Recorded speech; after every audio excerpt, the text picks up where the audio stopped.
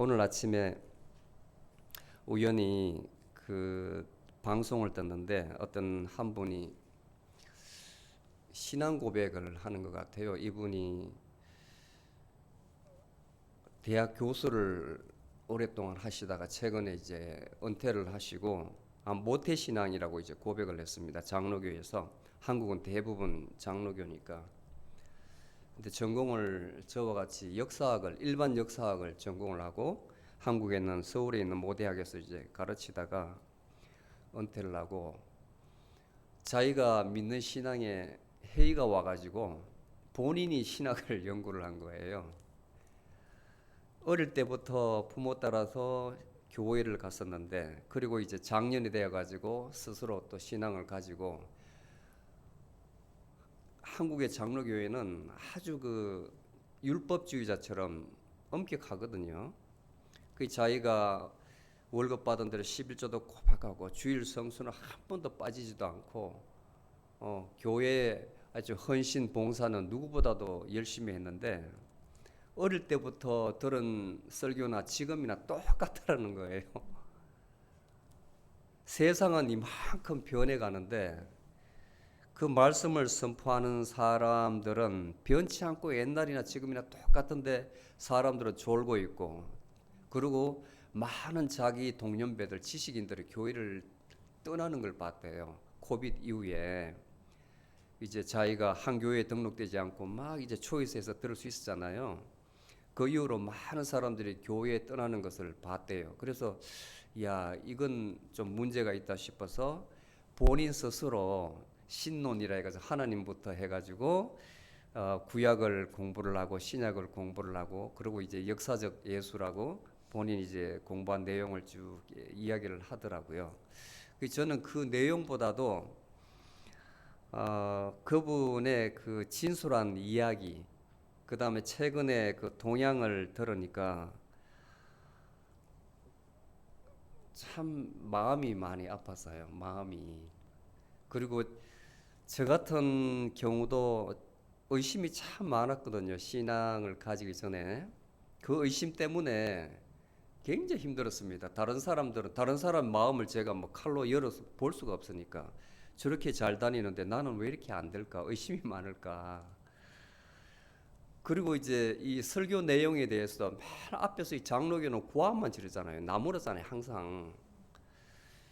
그것도 마음에 들지도 않고 저건 아닌 것 같은데. 제가 이제 미국 오기 전에 성경을 엄청 열심히 본 거예요. 저 혼자서 열심히 본 거예요. 그리고 이제 신학교에 여기 등록을 해서 공부를 하는데 이제 눈이 많이 떠지죠. 그리고 최근에 신학 동향 19세기, 20세기, 21세기 200년 동안에 신학에 굉장히 변화가 많이 일어났어요. 그전에는 옛날 과거대로 하나님 믿어, 예수님 믿으면 구원받는다 그렇게 했지만 사람들이 머리가 이성이라고 하거든요. 깨이고 나서는 저와 같이 다 의심을 겪은 거예요. 그 사람들이 당대의 최고의 머리였어요. 지금 현재도 마찬가지입니다. 이 사람들이 신학을 하지 않고 방향을 틀어서 다 철학으로 간 거예요. 철학으로 가서 이제 우주를 논하고, 그리고 신의 존재 유무에 대해서, 그리고 인간에 대해서 보는 겁니다. 그 사람들이 제시하는 그것이 발표가 되면, 유명한 석학들이 발표를 하면 그게 세상이 따라가는 거예요. 세상이. 예를 들어서 하버드대에서 이제 박사학위를 받고 MIT에서 교수를 하는 토마스 쿤 같은 사람은 공학 박사지만 철학을 해요. 그 사람이 패러다임 시프트라는 용어를 만들어냈습니다. 쉽게 말하면 사고의 변화라는 거죠. 많은 사람들이 과학적 실험이 맞으면 그게 정확하다, 따라야 된다 이렇게 생각하는데 이 사람은 회의를 품은 거예요. 과학이 정확하지 않다. 누구나 이론은 세울 수 있지만 더 좋은 아이디어가 나오면 변할 수 있다는 거예요. 그 변혁이라 하거든요. 많은 이론으로 경고히 쌓아서 사람들에게 대학에서 가르치고 하지만 언젠가는 그 이론도 깨어지고 다른 레볼루셔너리 혁명적인 안이 나오면 또 다른 안으로 세계가 그쪽으로 간다는 거죠. 그래 그 사람이 그 자기가 만든 이론을 그렇게 정의를 했어요. 그 세상이 그렇게 따라가는 거예요. 세상이. 이분뿐만 아니라 신학에서도 변화를 겪습니다. 변화를. 왜? 예전에는 하나님을 봤는데 하나님을 보고 교회 생활하니까 사람이 변하질 않아요. 전혀.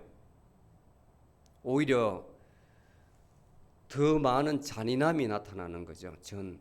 예전에 이런 무기 체계를 개발하기 전에는 창과 방패로 싸웠는데 이제 과학 문명이 발달하니까 무기 체계가 엄청 발달하는데 뭐냐면 어떻게 하면 힘들이지 않고 사람을 많이 죽일 것인가 무기 체계를 개발해요.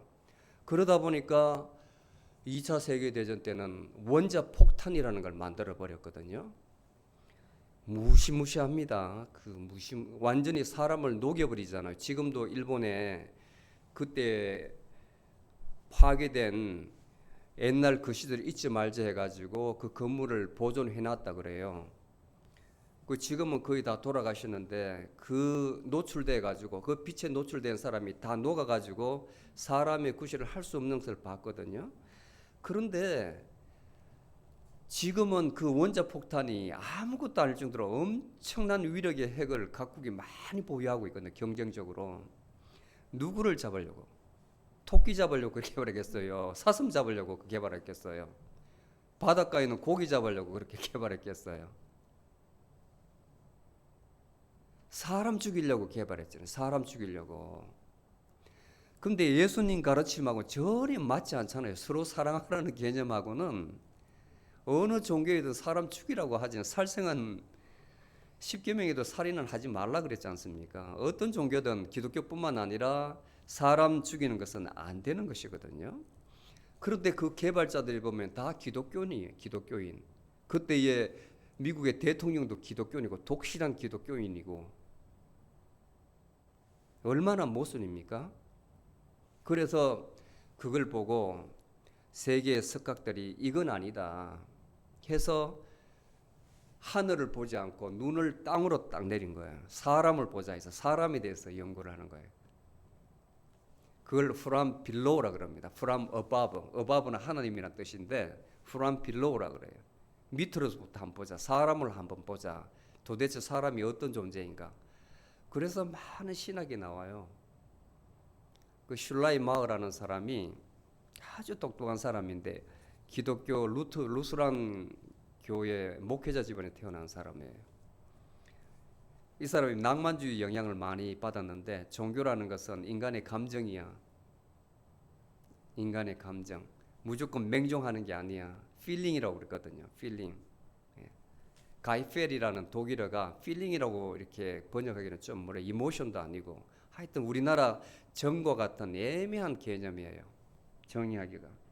그 사람이 그걸 주창하고 나서 그 이후로 독일에서 이제 폭포수와 같이 자유주의 신학이 나옵니다. 아, 기독교 신학은 에식이야, 에식, 윤리야, 윤리. 예수님께서 말씀하신 것은 사람이 어떻게 살아야 된다는 것을 가르친 것이야. 그리고 더 나아가서 기독교 복음 신앙에 있는 신약에 있는 모든 기적적인 것은 다 빼버려야 돼. 그건 현대 신학이 안 맞지 않아. 어떻게 사람이 물리를 걸어가고 어떻게 사람이 말로 해가지고 38년 중풍병자를 일어서게 하고 어떻게 사람이 눈먼 자를 눈뜨게 하고 말도 안 되는 거다 이거죠. 그게 상식적으로 이해가 되냐 이거죠. 아니다는 것이. 나중에 이제 설명이 나옵니다만은 이런 사람들이 신학자들이 이제 다 복음서를 현대 관점으로 해석을 하는 거예요. 현대 관점으로. 그러니까 또 충돌이 일어나는 겁니다. 이렇다가 우리 복음 완전히 변질되겠다 해가지고 옛날로 돌아가자 신정통주의가 나오고 또 신자유주의 반대한 또 신자유주의가 나와요. 미국에서 폴 틸릭이라는 유명한 사람이 나와요.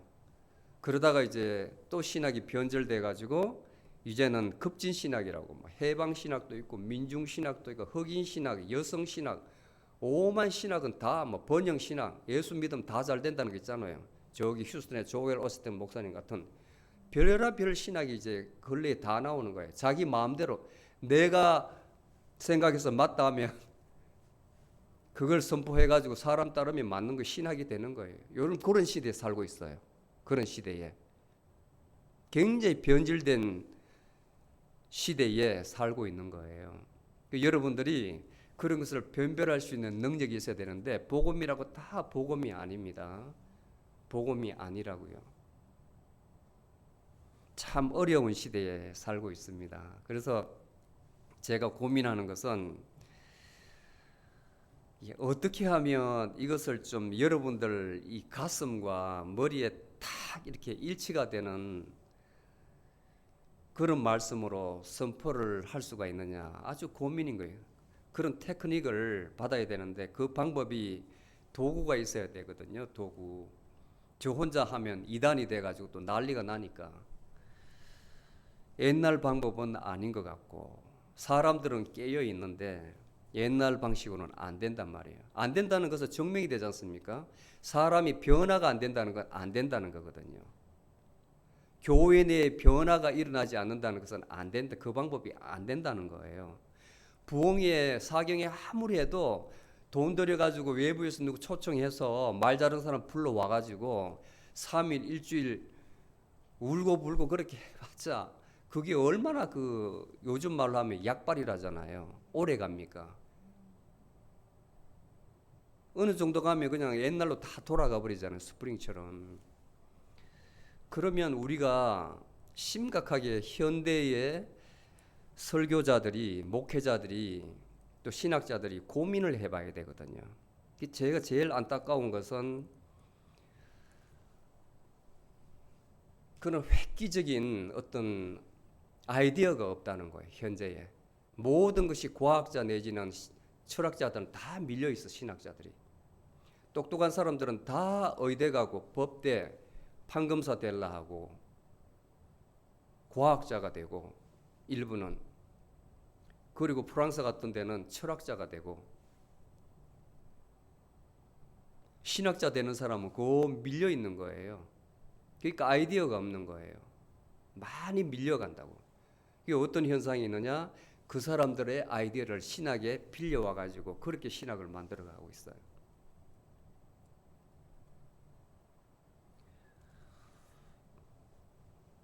저 같은 사람이 아주 고민이 많습니다. 고민이 많아요.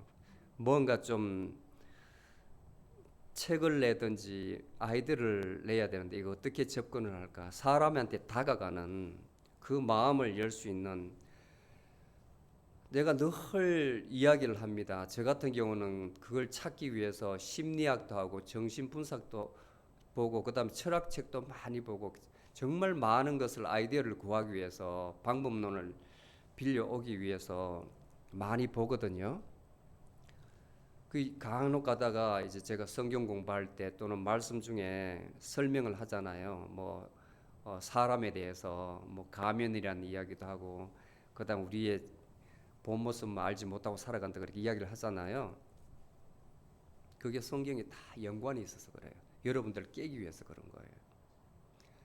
그렇게 접근하지 않으면 예수님 말씀을 온전히 해석할 수도 없고 또 여러분들 그 영혼에 다가가지 못해요. 오늘 본문 말씀을 선택한 이유가 바로 그런 측면에서 언젠가 하늘 왕국에 대해서 하나님 나라 또 천국이라고 이렇게 표현을 하는데 마태복음에서 한번 말씀을 드린 것 같은데 예수님께서 계속 반복해서 말씀을 합니다. 예수님께서는 오로지 하나님 나라밖에 말씀을 안 하셨어요. 그 제자들은 다양한 복음서에 오로지 제자들이 말하는 것은 예수님 돌아가심, 우리 죄를 위해서 돌아가셨다 예수님은. 그리고 예수님께서 죽은 지 3일 만에 부활하셨다. 그것만 믿으라는 거예요. 사도들은 오로지 예수님이에요. 예수님 죽음. 왜 죽으셨나? 우리 죄 때문에. 대표적인 것이 고린도전서 15장 3절에서 5절 말씀이에요. 예수님께서 우리 죄를 위해서 돌아가셨다. 그리고 4절에 보면 장사한 지 3일 만에 부활하셨다. 그리고 5절에 보면 게바에게 보이시고 베드로에게 보이시고 그리고 12사도에게 보이시고 그 다음에 500인에게 보이셨다. 이제 정인이 있다 말이죠. 이게 사도들, 예수님 제자들의 복음입니다. 근데 예수님께서는 내가 너희들 때문에 죽는다, 이런 선포를 하지 않았어요. 죽음은 예고는 하셨어요. 그리고 3일 만에 내가 다시 저 성전을 짓는다고 간접적으로 말씀을 하셨습니다. 그걸 믿으라고 말씀을 하지 않았습니다. 예수님 가르침은 하나님 나라를 말씀을 했어요. 하나님 나라, Kingdom of God. 근데 마태복음에서는 Kingdom of Heaven, 천국이라고 이야기했습니다. 왜냐하면 이 청중들은 마태복음을 듣는 사람은 유대인이었기 때문에 하나님 말을 못했어요. 절대로 하나님 말을 말로 하질 못했어요. 그래서 마태는 킹덤 오브 갓이라 하지 않고 킹덤 오브 헤븐이라 한 거예요. 근데 나머지 마가복음, 누가복음, 요한복음, 계시록에는 하나님 나라로 나와 있습니다. 하나님 나라, 킹덤 오브 갓이로 나와 있어요. 같은 개념이에요. 자, 이것을 어떻게 받아들였냐면, 유대인들은 하나님 나라를 실제로 물리적인 나라로 봤어요. 미국과 같이 또는 한국과 같이. 그 당시 예수님 살아 계실 때에 그 유대 지방이 로마 제국의 속국이었는데, 이 식민지 상태에서 해방시켜 줄 메시아가 와서 해방되는 그 나라, 그것을 하나님 나라로 봤어요. 계속 예수님과 부닥쳐요. 그 하나님 나라에 대해서 바리새인들한테, 유대인들한테 교육을 하니까, 너는 군사도 한 명도 없고 너를 따르는 사람은 보잘것없는 어부들 몇 명, 너 제자들 몇 명인데 어떻게 저 로마 군인들 다 물리칠 것인가. 예수님을 인정을 안 하는 거예요. 너 안다, 너 출신 성분을. 너 저 갈릴리 시골에 너 아버지 목수잖냐. 너도 거기에 거들었고 아는데 네가 무슨 장군도 아니고 군인도 아닌데 우리를 로마에서 구원한단 말이냐. 말이 안 되는 거예요. 근데 예수님은 하나님 나라가 딴 데 있었어요. 같은 말인데 다르게 생각하니까 부닥치는 겁니다. 여러분도 그렇잖아요. 누구하고 대화를 하는데, 서로가 커뮤니케이션을 하는데 같은 용어를 가지고 설명을 하는데 상대방은 자기식으로 받아들여 가지고 오해하는 경우도 있잖아요. 100% 여태까지 인생 살아오면서 내가 한 말이 상대에게 100% 다 전달되었다 흡족하신 분이 있습니까? 아니잖아요. 이 시대에 같이 살고 있는데 같은 용어를 사용하고 있는데 자기의 프레임대로 가공을 해가지고 해석을 해서 듣고 있어요. 그래서 자기 혼자 삐져가지고 오해를 해가지고 꿍꿍 앓고 있는 거예요. 상대방은 그렇게 이야기를 하지 않았는데. 근데 예수님께서 하나님 나라를 이렇게 말해주는데 구약에 사로잡혀 있던 유대인들은 따르게 듣는 거예요. 그러니까 예수님께서 말씀을 하셔도 인정을 안 하는 겁니다. 인정을. 이게 완전히 신성모독이다. 신성모독이다. 예수님 가르침은 뭐냐면, 저 사람들을 듣지 못하도록 계속, 이걸 어떻게 말을 했느냐. 우리말로 아리까리하다는 말 아세요? 좀 좋은 말로 하면 모호하다, 애매하다, 아리까리하게 말을 하는 거예요.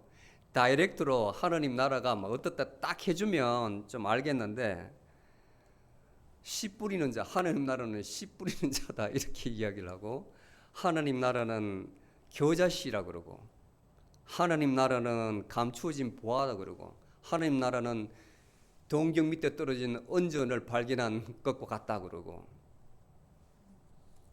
그 다음에 하나님 나라를 진주장사에 비유하고 알곡고 가라지에 비유하고, 이렇게 오늘과 같이 하나님 나라를 혼인잔치에 또 비유하고, 그러니까 이게 뭔지. 나라는 나라지, 응? 킹덤 같으면 나라지, 뭔 이상한 소리, 시세말로 귀신 신하를 까먹는 소리 하잖아요. 희한한 소리를 하니까 누가 알아들어요, 그 당시에. 그러니까 예수님을 이상한 사람으로 취급해서 결국은 죽이고 말지 않습니까? 예수님은 처음부터 하나님 나라를 이야기해요. 끝까지 하나님 나라를 비유로 설명을 해요. 끝까지. 그러면 이 하나님 나라가 도대체 뭔가 예수님께서 가르치시는 하나님 나라가. 누가복음 17장 20 그리고 21절에 보면 명징하게 말을 했습니다. 명징하게 하나님 나라는 우리 눈에 보는 것이 아니요 또 여기 있다 저기 있다 하는 것이 아니요 너희 안에 있느니라. 하나님 나라는 물리적으로 볼 수 있는 것이 아니고 또 여기 있다 저기 있다 할 것이 아니고 우리 안에 있다는 거예요. 우리 안에 또는 우리 가운데 있다는 거예요. 교회의 공동체 가운데 또는 우리 각 사람 마음 안에. 이게 굉장히 중요한 개념입니다. 그리고 바울도 로마서 4장 17절에 보면 하나님 나라는 먹고 마시는 것이 아니요 오직 성령 안에 있는 의와 평강과 희락이니라 기쁨이니라 이렇게 이야기를 해요. 먹고 마시는 것이 아니고 성령 안에 있는 의와 올바름과 평강, 화평, 피스와 그 다음에 joy, 기쁨이라는 거예요. 제가 설명을 해드릴게요. 뭔 말인지. 그리고 고린도전서 4장 20절에 보면 하나님 나라는 말에 있지 않고 능력이 있다. 다 연결 하나의 말입니다. 하나의 말. 자, 이게 뭐냐면 하나님 나라는 여러분들 몸에 있는 그 실체가 바로 하나님 나라예요. 실체. 굉장히 어려운 말입니다. 여러분들 누누이 이야기하지만 오늘 말씀을 여러분들이 완전히 깨달으면 신약을 다 깨달은 것이고 우리 기독교 복음의 본질을 다 아는 거예요. 신앙의 핵심이 뭐냐면 여러분들 안에 있는 하나님을 보는 거예요. 하나님의 영을 보는 거예요. 사람은 영, 혼, 육으로 이루어져 있는데 여러분들 몸, 혼은 여러분입니다. 여러분들 왜 결혼하면 자기 남편들은 왜 여자분들 자기야 그러죠? 자기야. 그 자기가 그 사람 오리지널 실체예요. 자기가 셀프라고 그러고 그 다음에 여러분들이 쓰고 있는 가면 페르소나는 에고라 그래요. 그건 자아라 그래요. 누가 그 말을 잘했냐면 심리학적으로 유명한 칼 구스타브 융이라는 사람이 그 이론을 만들어냈는데 많은 정신병자들을 치료해가지고 그 이론을 만들어냈는데 기가 막혀요. 기가 막혀요. 그 스승이 바로 프로이드거든요. 거기에서 배워가지고 스승님께 뭔가 좀 가르치는 게 부족해. 스승님은 오로지 의식과 무의식, 초의식을 나누고 그리고 오로지 사람의 리비도 그 욕망, 성적 욕망에 따라 가지고 사람을 갖다가 치료를 하려고 그래. 그건 아닌 것 같아요. 자기 나름대로 이제 새로 이론을 만들었는데 굉장히 성경적이고 많은 사람들이 현재 활용을 하고 있거든요. 거기에 보면 사람 속에는 셀프라는 자기가 있다는 게 진짜가 있다는 거예요. 근데 아무도 모르고 살아간다는 거예요. 그리고 그 바로 뒤 앞에 바로 옆에는 집단 무의식. 나면서 누구나 가지고 있는 집단 무의식. 그러니까 흑인이든 백인이든 아시안이든 신화로 다 만들어지지만 누구나 다 가지고 있는 인간이라면 가지고 있는 그것을 집단 무의식이라고 그랬어요. 집단 무의식 가지고 있다는 거예요. 그 다음에 더 밖으로 나오면 개인 무의식, 개인이 살아오면서 많이 억눌러 놨던 그 무의식이라는 것은 살아오면서 내가 하고 싶은데 에고가 내가 하고 싶은데 막 억누른 거 있잖아요. 이 서프레션 막 눌러가지고 사회적으로 또는 종교적으로 윤리적으로 또는 집에서 가정 환경에서 뭐든지 저건 하지마 하니까 그게 해야 되는데 못하는 게 딱 눌려가지고 여러분들 무의식에 딱 갇혀 있어요. 그리고 나머지가 이제 에고 자기예요. 그게 자기. 요렇게 살아가는데 대부분 다른 사람하고 마주 대하며 살아가는 것은 에고로 살아가는 거예요. 남들 대할 때는 가짜로 살아가는 겁니다. 진면목이라는 것은 딱 감춰놓고 살아가는 거예요. 근데 예수님 말씀하시는 그 하나님 나라는 요 안에 욕이 있는데 그걸 보라는 건데 죽을 때까지 못 만나고 가는 사람이 있어요. 죽을 때까지. 모르니까. 무지하니까. 무지가 제일 겁나는 겁니다. 그 무지 알지 못하는 거 제일 겁나는 거예요. 그 다음에 겁나는 게 똥꼬집이라는 거 있어요. 아집이라는 거. 응? 그거 아니면 마치 자기가 절벽에 떨어져 죽는 것 같은 그 딱 지키고 있는 게 아집이라는 건데 그게 우리말로 하면 순수한 우리말로 똥꼬집이라는 거예요. 그게 바로 에고가 가지고 있는 겁니다. 그게 자기의 이제 아이덴티티라고 생각하는데 그걸 깨부수고 들어가야만 그 무의식에 들어갈 수가 있어요. 그렇게 들어가지 않은 이상 사람은 절대로 변하지 않습니다. 끝까지 자기 꼴로 살다가 죽어야 되는 거예요. 끝까지.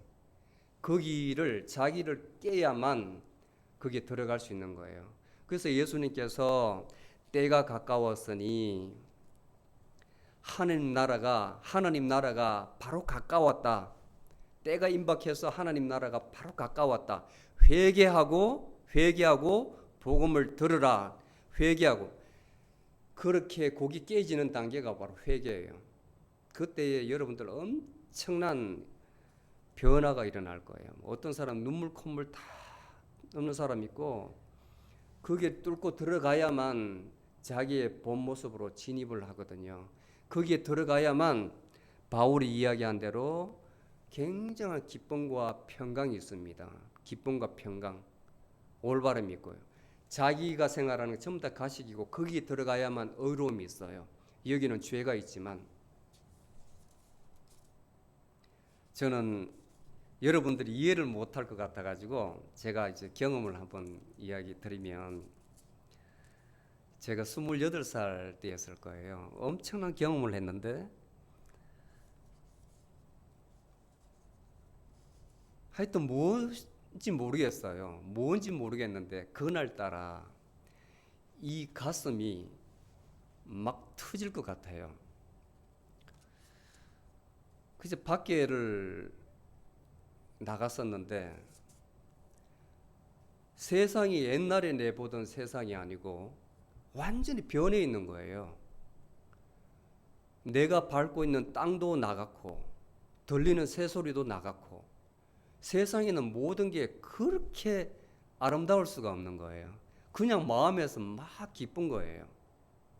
제가 그때 중대장 하다 크게 다쳐가지고 이제 회복 단계에 있어서 이제 걸음 걷는 연습하고 회복 단계에 있었거든요.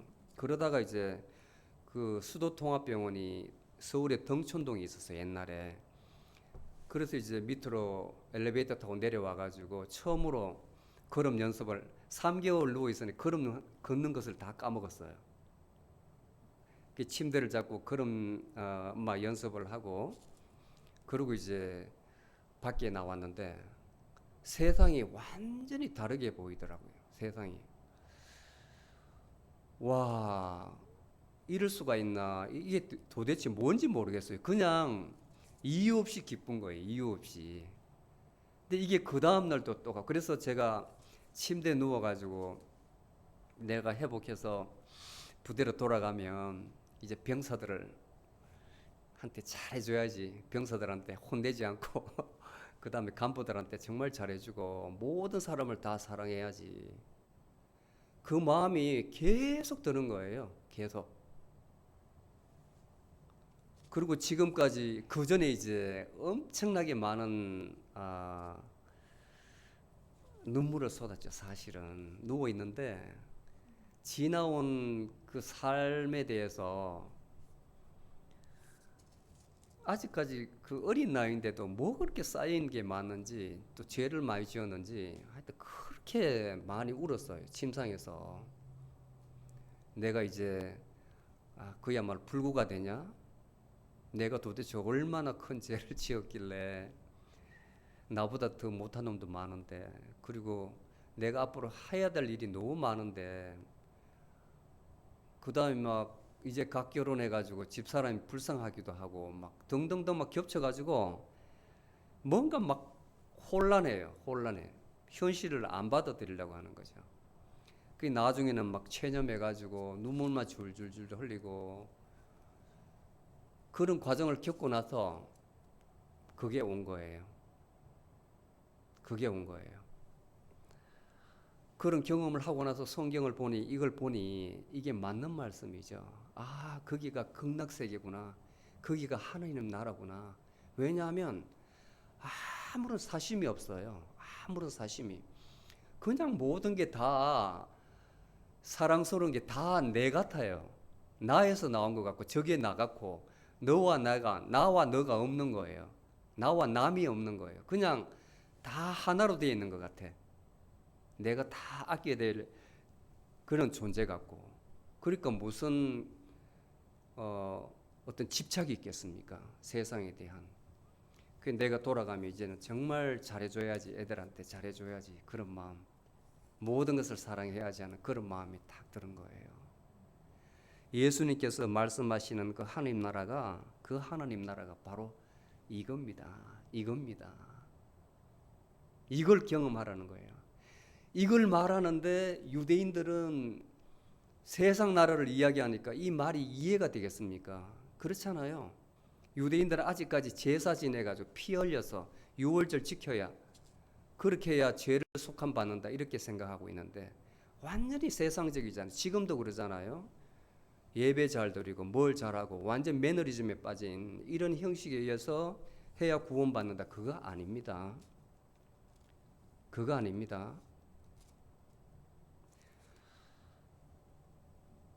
예수님께서 분명히 말씀하셨어요. 이 하나님 나라는 물리적인 것이 아니다. 여기 있다 저기 있다가 아니다.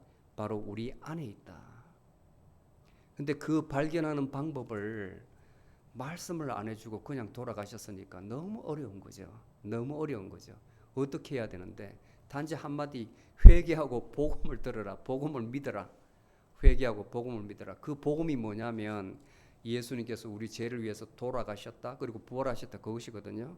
근데 그 말 들으니까 그것만 계속 주구장창 모든 교회에서 선포를 하는데 마음에 닿질 않는 거예요. 왜 내가 죄인이라는 것. 회개라는 개념부터 해서 왜 내가 죄인이라는 것. 왜 아담이 지은 죄가 나한테 상속돼서 그걸 믿으라는 것. 모든 것이 믿겨지질 않는 거예요. 그 다음에 현재가 중요하지 미래의 부활 그건 아직까지 안 왔지 않습니까? 현재가 중요한 거예요. 많은 사람들이 내가 지금 고달퍼 죽겠는데 지금 고통스러운데 부활 그게 나중에 계시록에 나온 그게 무슨 상관이 있느냐 이렇게 나오는 거죠.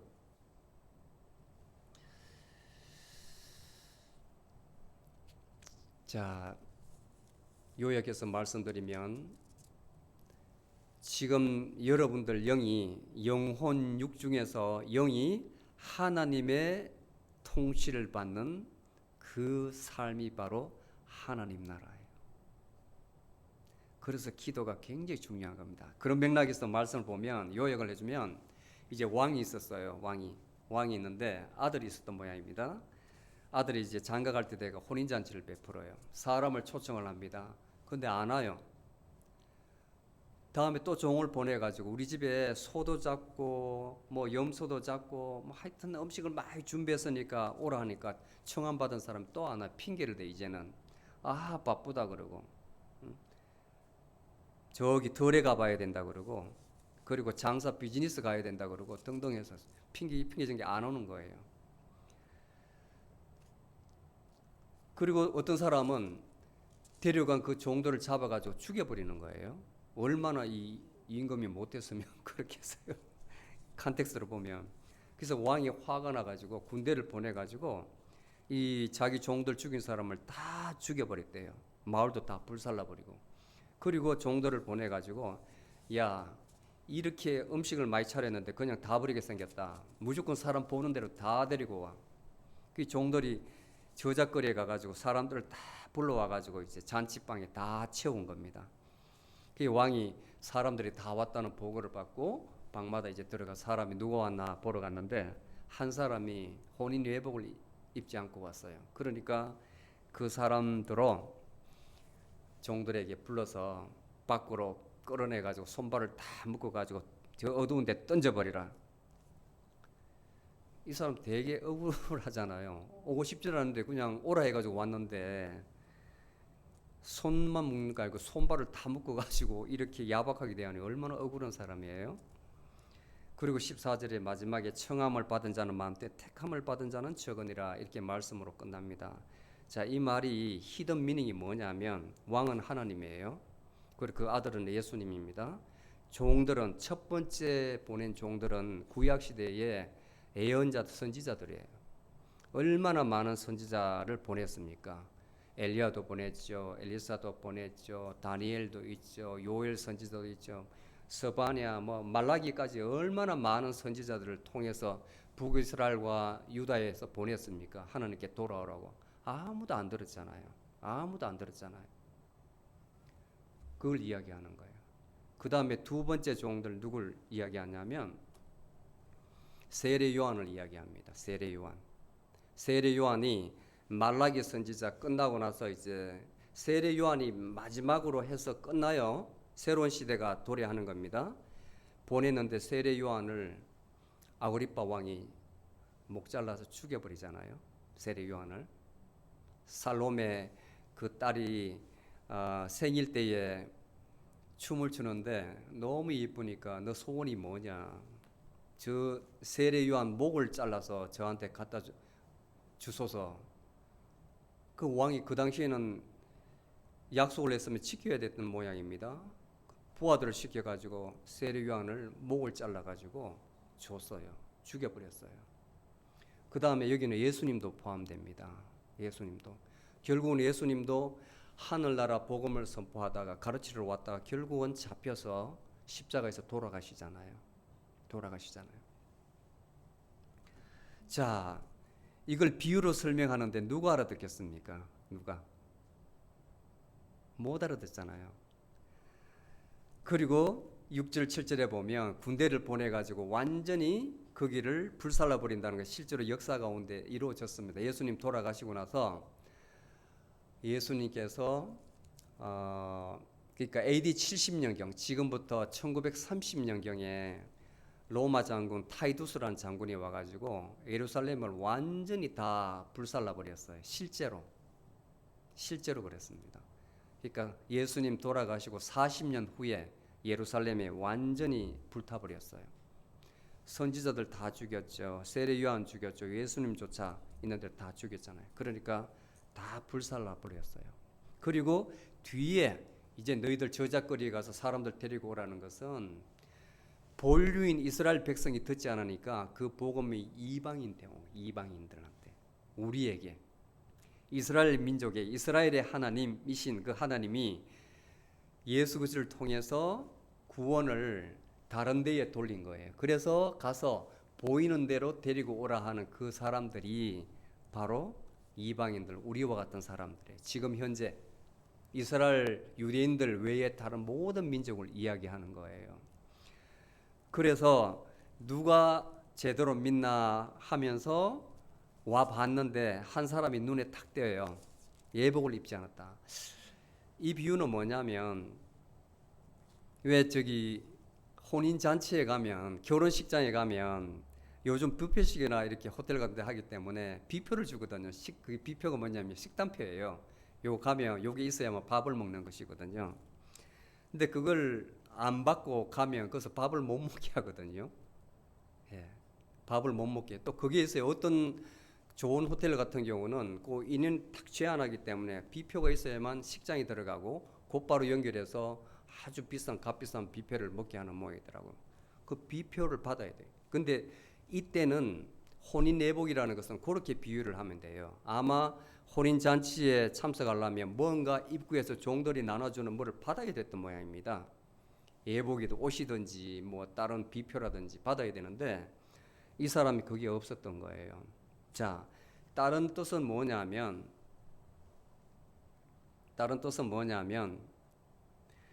충분히 사람들이 초청받아가지고 밥을 많이 먹었어요. 밥을 많이 먹었다는 말은 복음을 충분히 듣고 가르침을 받았습니다. 예? 예수 그리스도에 대해서, 하나님에 대해서.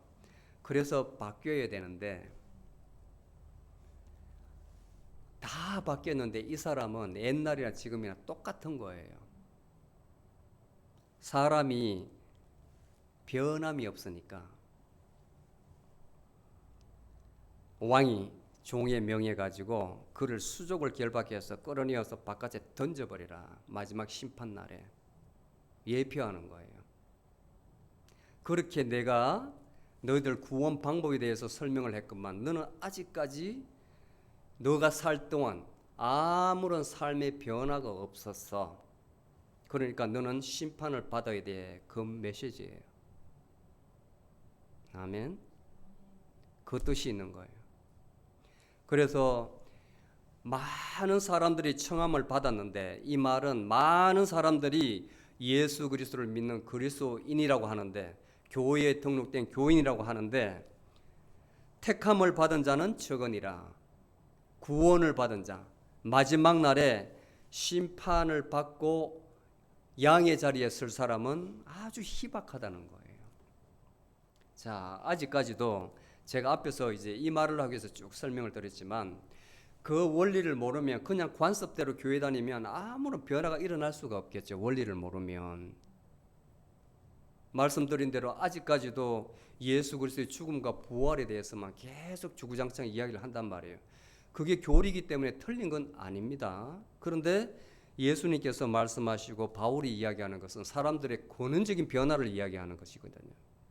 근데 복음에는 그 방법론까지 다 의학적으로 또 과학적으로 설명할 수가 없잖아요. 그것을 한마디로 성령 안에서 그 한마디로 그냥 해준 거예요.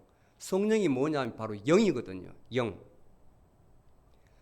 그 영이 우리 안에서 행하게 해야 된다는 거예요. 내가 하는 것이 아니고 내 의지를 가지고 내가 하는 것이 아니고 나란 존재는 없다. 나를 부인하고 그분이 내 마음 가운데에 임하셔서 그분이 하시게 하는 것이 바로 하나님 나라가 임하는 거다. 그렇게 하는 사람이 바로 택함을 받은 사람이다. 는 것입니다. 아멘. 굉장히 쉽죠. 앞으로 여러분들 성경 읽을 때 이런 시각으로 보세요. 이런 시각으로. 그러면 다 잡아낼 수가 있어요. 그리고 기도도 여러분들이 하지 말고 성령님께서 기도하게 하세요. 굉장히 수월해요. 시간도 막 엄청 하여튼 그래요. 그 시간은 괜찮을 겁니다. 여러분들 직접 경험을 해야 돼요. 그게 바로 신앙생활입니다. 아멘.